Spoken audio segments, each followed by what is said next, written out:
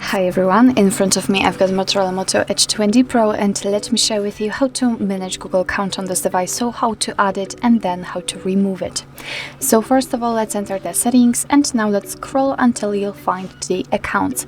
Of course, here we've got a whole Google section and we can add or remove a Google account using it, but I personally prefer to do it using accounts. So let me tap on it, and here simply tap on add account. Choose obviously Google.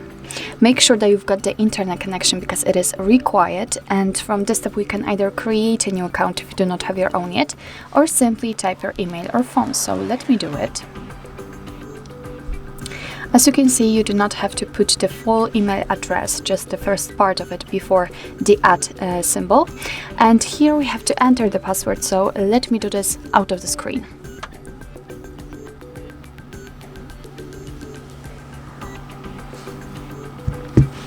Okay, let's tap on next.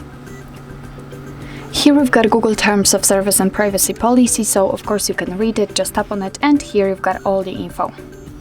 Let's tap on I agree after reading. Here we've got the shortcut of backup and storage info, so just tap on accept. And as you can see, our Google account has been immediately actually added to this section. So it, of course, has been added to whole device. You will be able to remove it whenever you want to. Just tap on it and tap on remove account. Tap on remove account. And as you can see, it immediately disappears. Of course, if you will have the screen lock, then your device will ask you to enter it in order to confirm the whole step. What's more, and it's also quite important, if you will add the Google account to this device, you do not have to remove it in order to add another one. So you've got the option to add plenty of accounts in the same time. So actually this is it. This is how to manage Google account in your Motorola Moto Edge 20 Pro.